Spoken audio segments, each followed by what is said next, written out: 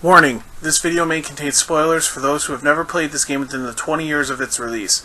Although it is considered to be a crime to have ignored it for this long, I won't hold it against you for longer than 5 years. You have been warned. What is going on, ladies and gentlemen? This is Ryan, and I'm coming at you with a new video.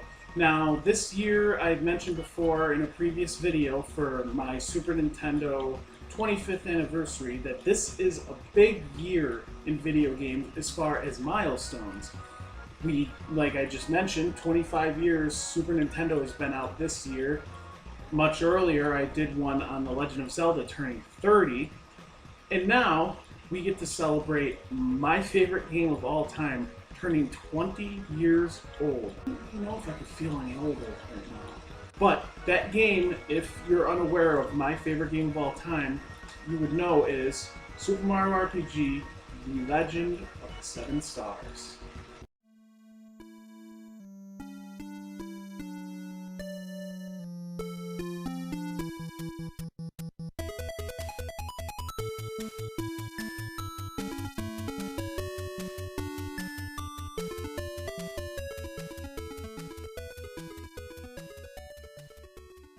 Now, Super Mario RPG Legend of the Seven Stars was released in North America on March of 1996, because it's 2016 now.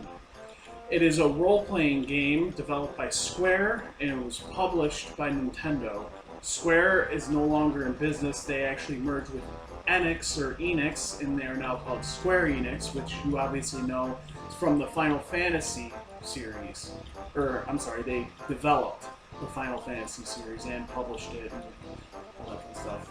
Now, if I remember this correctly, the way that this game really came about is around the time of 94-95, Shigeru Miyamoto, who is the creator of Mario, he was looking to put Mario in a new type of game that just was a little different from the normal platformer puzzler. They weren't even really puzzle games at all, but they were definitely your typical action platformer, and he wanted to see him take on a new role, and he had the idea of throwing in an RPG type setting, and alongside of that, Square at the time was looking to make more RPGs for us in North America overseas from Japan. And the problem seemed to be that they weren't selling very well here. Which nowadays, I mean, they send us all RPGs that they can. And some of them really sell well, and then some of them don't. It really just depends on the game and the RPG you want to play. But back in the day of the Super Nintendo, they weren't very popular. There were very few that were. I mean, when Final Fantasy 2 and 3, known as Final Fantasy 4 and 6, were out, I'm not 100% certain just how well received they were, but I mean, they did sell, but they just didn't sell extremely well. At least the RPGs, I'm not sure about the Final Fantasies, but RPGs for like the Nintendo and the Super Nintendo, they weren't selling super well, and I think that contributes to a lot of the prices of the older RPGs prior to Super Nintendo. But off topic. So, main focus of this is that Shigeru Miyamoto and Nintendo, they got together with Square and they decided to essentially kill two birds with one stone, and they put the beloved Mario character in an RPG, and they worked together and they brought the masterpiece known as Super Mario RPG, The Legend of the Seven Stars. Now, Super Mario RPG was actually a well-received game, mostly for its 3D rendered graphics and humor. I absolutely love it, all the way. Both graphics and the humor, it was spot on, I feel. It got mixed reviews in certain aspects. I mean, there's some people who really think that the graphics don't hold up. Unlike me, I think they actually held up really well. It has moments where I understand where reviewers come from, but part of the nostalgia kicks in, and it's just like, oh, I remember this so vividly. And it was really cool at the time, and I still think it is to this day. And obviously, it got really popular because it is actually the third highest selling game in Japan, selling over 1 million copies. Now, this game does not have a direct sequel, despite all the despite all of the praise that the game gets. Most of this is due to the disagreement between Square and Nintendo, and I never really knew much about the reason why, but from what I gathered from doing some research, a lot of it has to do with back in the 64 and the PlayStation 1 era, when Sony had a falling out with Nintendo when they were making the Nintendo PlayStation, which is now called the Sony PlayStation. Around that time, it was harder for these RPGs to be put into cartridges without them being really short games, or just you couldn't get a lot of information on them. And with Nintendo looking into cartridges for the Nintendo 64, which is what they did, and PlayStation was looking into doing it with discs, which was also cheaper and you can fit more stuff on them, it made sense for Square to go on the side of PlayStation as opposed to, or Sony, as opposed to Nintendo. Which, from the sounds of it, it doesn't sound like that's a dilemma that would really bring heat, but there's got to be something in there that just made this a bigger deal than I feel like it should have been. Because a direct sequel to Super Mario RPG is probably the only thing that I need in my life right now. It's just, I love the first one, and I would love to see the people in charge of Super Mario RPG on the Square end get together with Miyamoto and all of them and make a direct sequel. Bring Mallow back and bring Geno back, and it would just be absolutely amazing. However, what this experience making an RPG with Mario did was actually spawn some different series that are still in the RPG realm. I mean, when Paper Mario was coming out, which is one of the sub-series that came from the RPG Mario game, it was originally called Super Mario RPG 2. Once that all came to a head and it just wasn't happening, Nintendo decided to go along and change this up a little bit, and then they made it a Paper Mario game, which Paper Mario series is phenomenal. The only one I've ever heard complaints about was Sticker Star, but I personally have never even played that yet, so I haven't given it a full shot. Eventually I definitely will. I would love to see what this game has to offer, but so far that game doesn't really get a lot of praise. But if you look at the original one for the 64, then you have Thousand Year Door for the GameCube, which I've never played, but I heard is probably the best one in the series.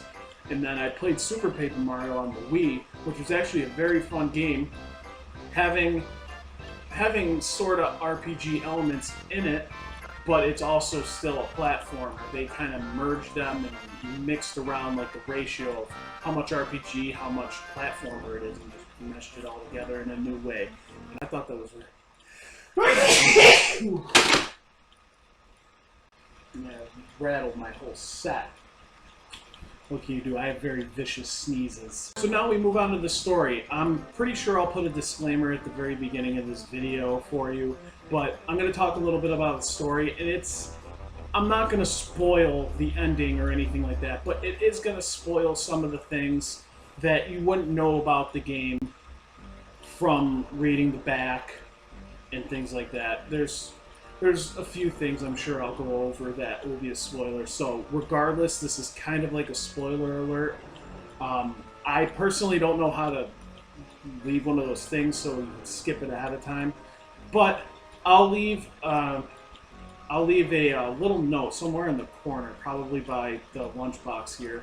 I'll leave a note to what time to kind of skip it to, so we're not spoiling anything as far as the story goes. So Mario is set out once again, and he's going to go out and rescue the princess as he always does. Mario's going to be Mario. He's going to do what he's going to do, and he's got to get that ass, I guess.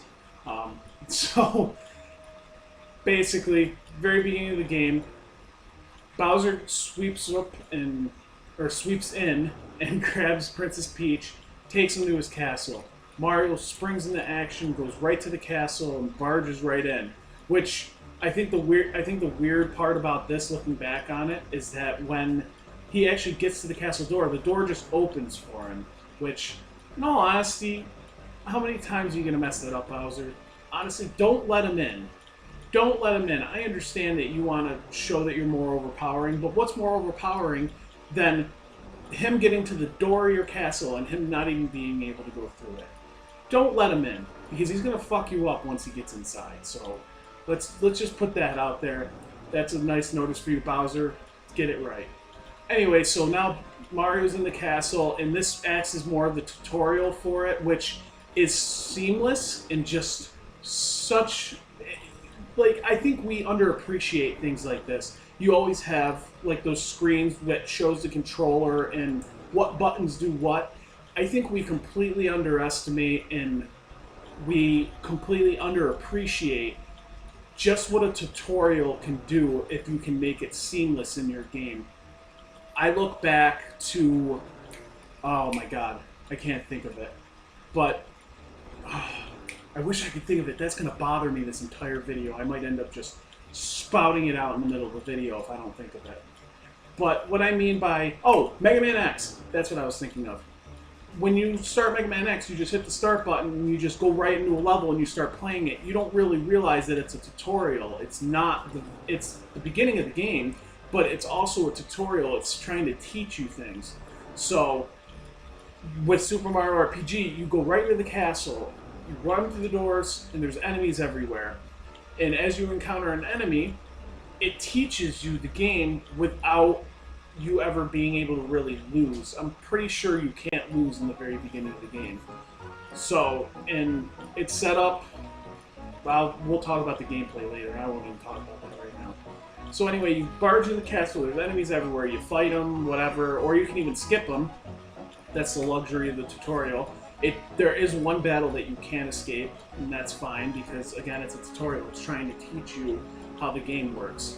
So, you get through, you get to the throne room, you're looking around, Peach and Bowser are not there. But when you look up, you see Peach dangling from the ceiling, tied by a rope, and Bowser is on one of the chandeliers. And you go up and you fight him, and once you beat him and you're about to rescue the princess, all of a sudden... a sword falls from the sky. A very, very, very big sword. And it seems that there are stars just twirling around it. And the sword comes down and boom! Into the castle, splitting the castle in half, essentially. And it shoots off Mario, Peach, and Bowser in completely different directions. And what the fuck? Like, where the hell did this freaking sword come from? Why does it have a face? Because it's Mario, why not? But, moving on with the story, after that, Mario personally gets sent back to his house, which is called the Pipe House in this story, and he falls in, and that's when you run into a familiar face in Toad, and he says, "Oh, you don't have the princess with you. Oh, the princess is back at the castle, you need to go get her." So, runs off to go get her, and the sword tells you that this castle now belongs to the Smithy gang.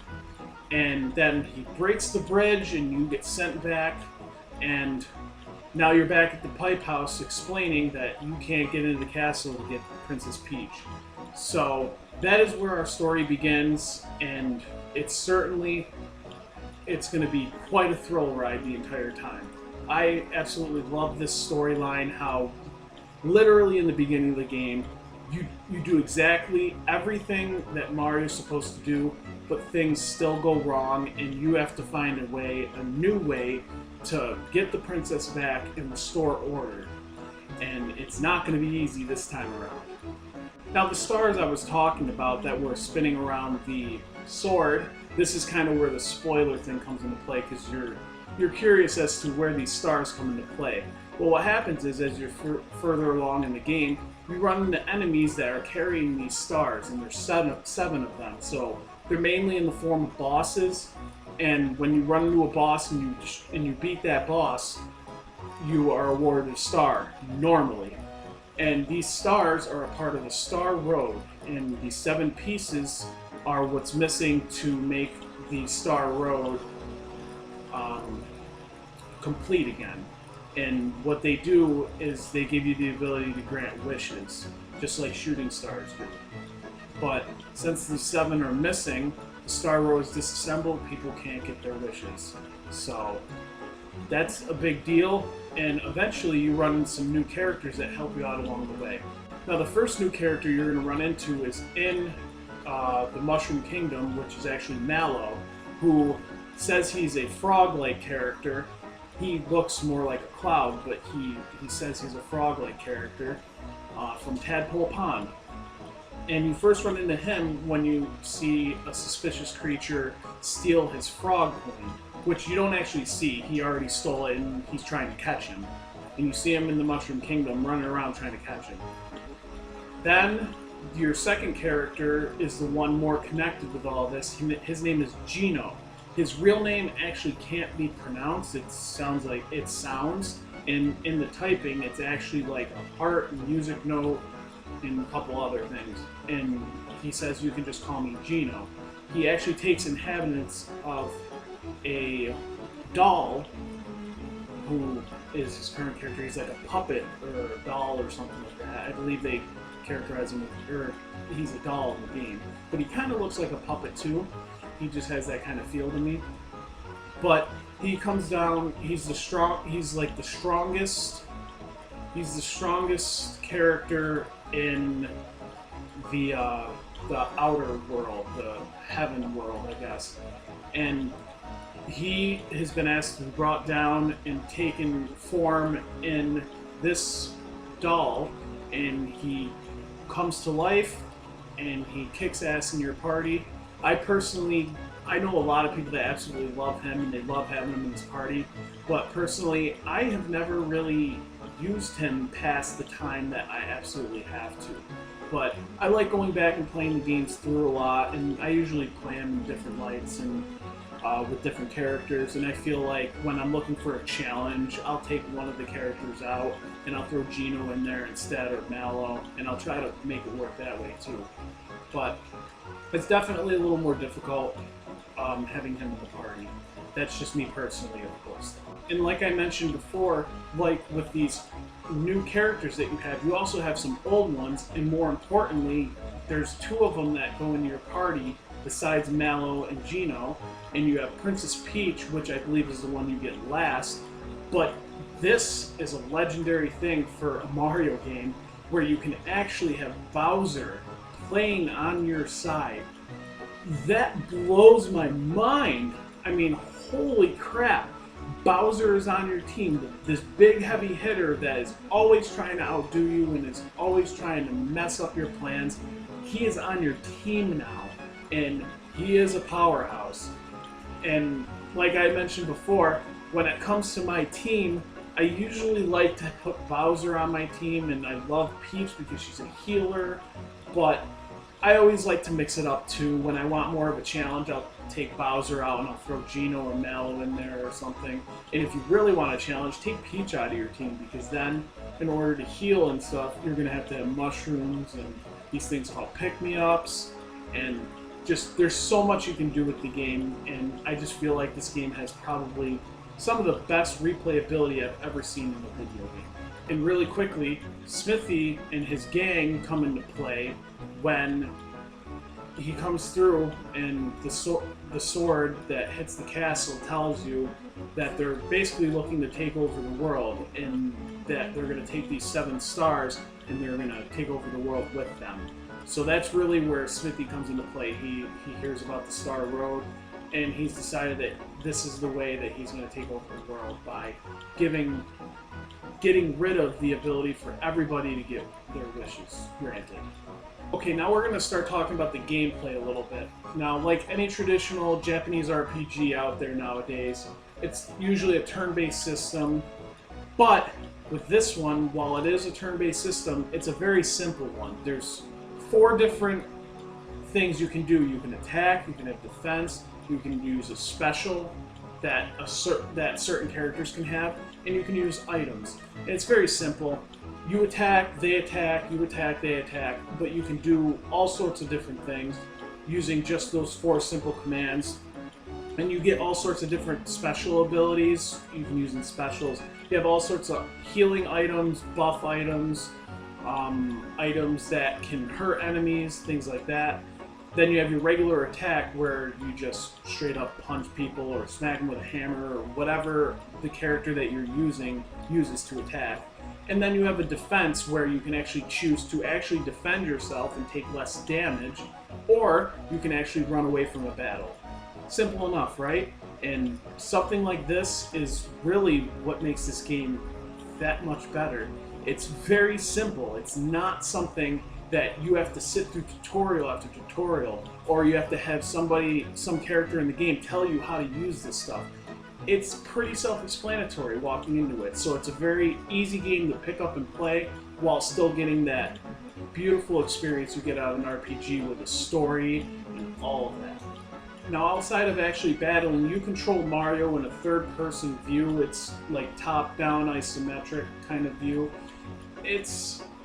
You're top-down, but he's also at an angle too, so it makes the movement a little weird, but once you get used to it, it's really not hard to manage. And you go around from town to town and area to area, fighting enemies, getting items, talking to people.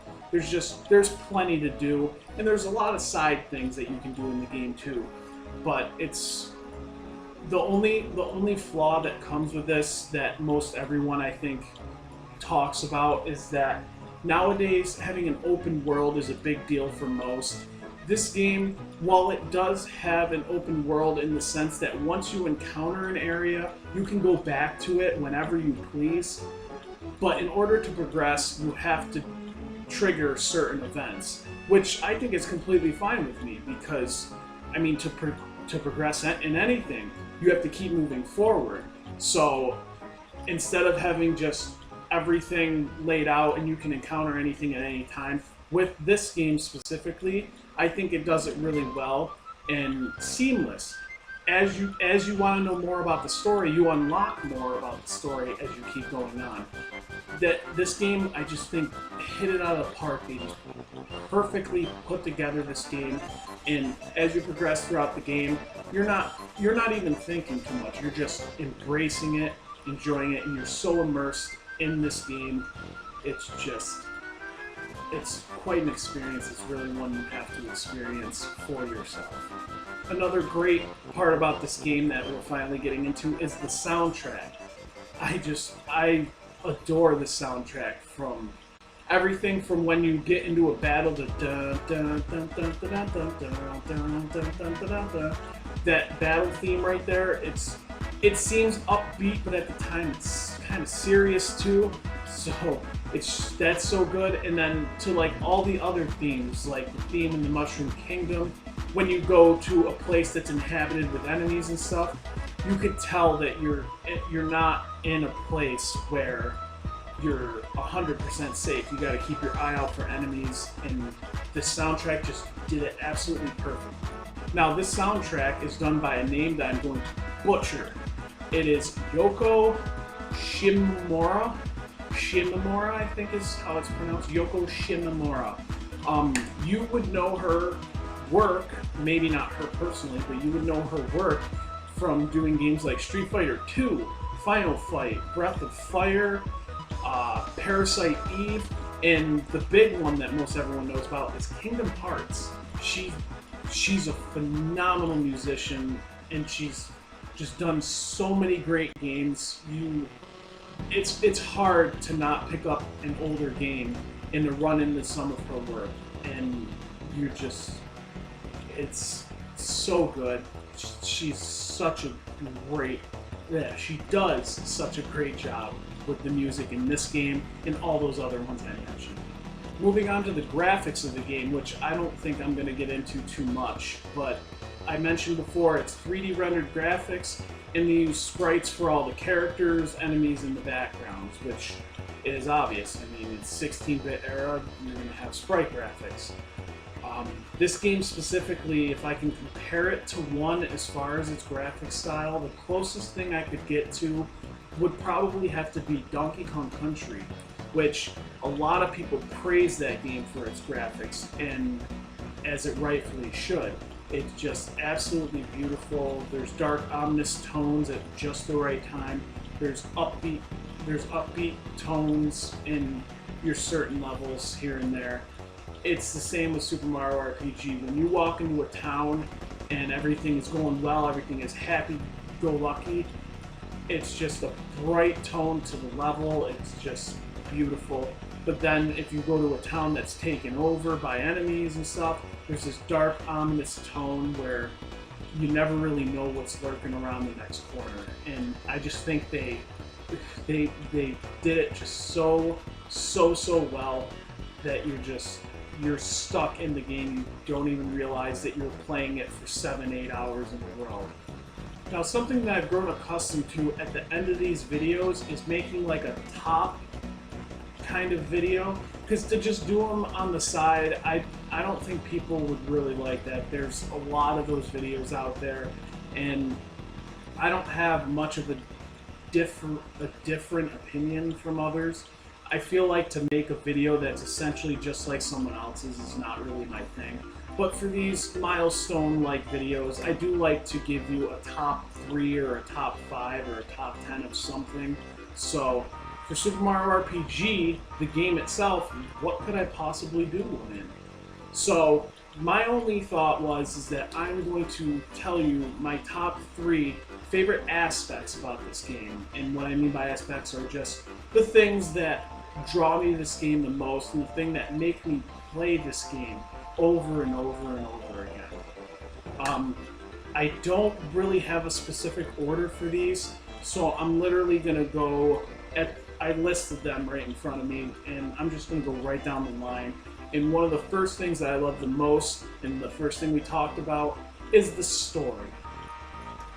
The typical Mario saves the princess from King Koopa or Bowser is a story that's told over and over again. And it's old, but it's a good story, and everybody loves it. Throwing that in the very beginning of the game, and then all of a sudden everything completely does a 360 or a 180 or however the term's supposed to go. Just, it blew my mind growing up, and honestly, looking back on it now, it seems like an old story now where it's like everything is wrong, but then you fix it, and then all of a sudden something comes in and fucks it up all over again.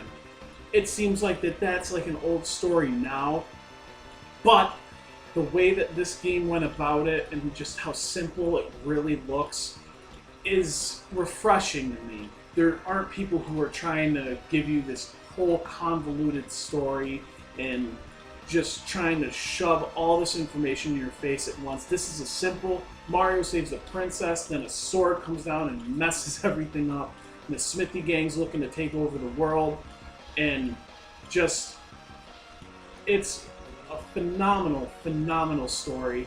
And even to this day, it may seem old to most, but to me, this is actually a really refreshing story, and that's why it's one of my favorite aspects of this game. And then next on my list, I have its difficulty. Of all things, the difficulty. Why is the difficulty one of my favorite things? Well, I mentioned it earlier in the video. It's quite simple, just like the game itself can be. Because the game is so simple, I could literally show this game to anybody and everybody I want to and say, hey, you should play this game. It's a Mario game, but it's also an RPG. And they'd be like, oh, so it's like Paper Mario. I'm like, yes, but this was the first one that ever came out. And you could pick it up and play it, and it's easy. And what I mean by easy, as in it's easy to just pick it up and play it and not have to worry about learning the controls so much. It's just a simple concept. It's easy to just pick up at any time to play. And I think that's absolutely great. And as you go along, the game does get more difficult. It's certainly easy to learn, and in the beginning stages it seems like an easy game in general. But it is an easy game to pick up and play, and then as you go along, it does get more difficult. Once you learn the ropes of how to control an RPG and your leveling up system, you then realize that at some point you're going to have to make sure that your guys are at a high enough level to keep furthering yourself in the story. And this game makes it very, very easy to actually do that. It's not hard to actually level up in the game. You just keep fighting enemies just like you do in a normal RPG. But it's never too hard. It's never too easy, and it's never too hard. In the very beginning, it's easy to just get going, so it gives you the motivation to keep going, and then as it goes along, it challenges you. It's not hard, it just challenges you. And I think that's an absolute great thing in a game that you just don't see very often. And last and certainly not least, but it was the last thing I talked about before this, well, one of the last things, sorry, one of the last two things, is the soundtrack. And I'm telling you, these songs stay in my head for eternity. Anyone can just hum something from this game, and I'll know instantly what it is, and where in the game you hear it. It's just, Yoko did so good. Not Yoko Ono, Yoko Shimomura. Yoko Shimomura. She did such a good job making this soundtrack. Just everything about it. I've already said everything that could be said about this soundtrack, but once again, it is just, it sticks in your head, it's catchy as hell, and it is one of the biggest and best reasons to try this game. And that, of course, is it. It is Super Mario RPG, The Legend of the Seven Stars. It's such a good game. This was probably the one game that when I first started collecting, that this was the game that I absolutely wanted and had to have complete in box. Mine's actually in quite decent shape. I'm trying not to get too much of a glare. It's actually in pretty good shape, and any of the sticker residue and stuff you see on it is actually from the outer case I have on here to protect this game as best as I can. Because this was, in fact, the first thing I told myself, I must get this game complete in box for my collection. And I still can't believe that I have it complete in box. This is my favorite game of all time. I mean, we never, when it comes to our favorite games of all time, I mean, they're usually pretty pricey because all the best games are in the highest demand and they always go up in price. But I never thought it would be this early that I would have this game complete in box, and I'm just so thrilled that I do. But, like I said, that is it. Super Mario RPG, 20 years old. I don't think I'll be doing another video for it for when it turns 25 or when it turns 30 or so. But I thought now would definitely be a good time because we are in the month of milestones, it seems. Or the year of milestones, rather, not the month. There's plenty of other milestones out there, but this is definitely one that I could not pass up doing. If you guys did like this video, always put the thumbs up or leave comments down below if you want to talk anything Super Mario RPG. I'm more than glad to hear anyone's opinions, both negative and positive. I love my positive comments, but even if you have something about the game you don't like, I would love to talk to you about it and get your opinions. I always want to know things like that. And of course, if this is your first video, please go and hit that subscribe button. I love having more people to talk to. And until next time, you guys take care.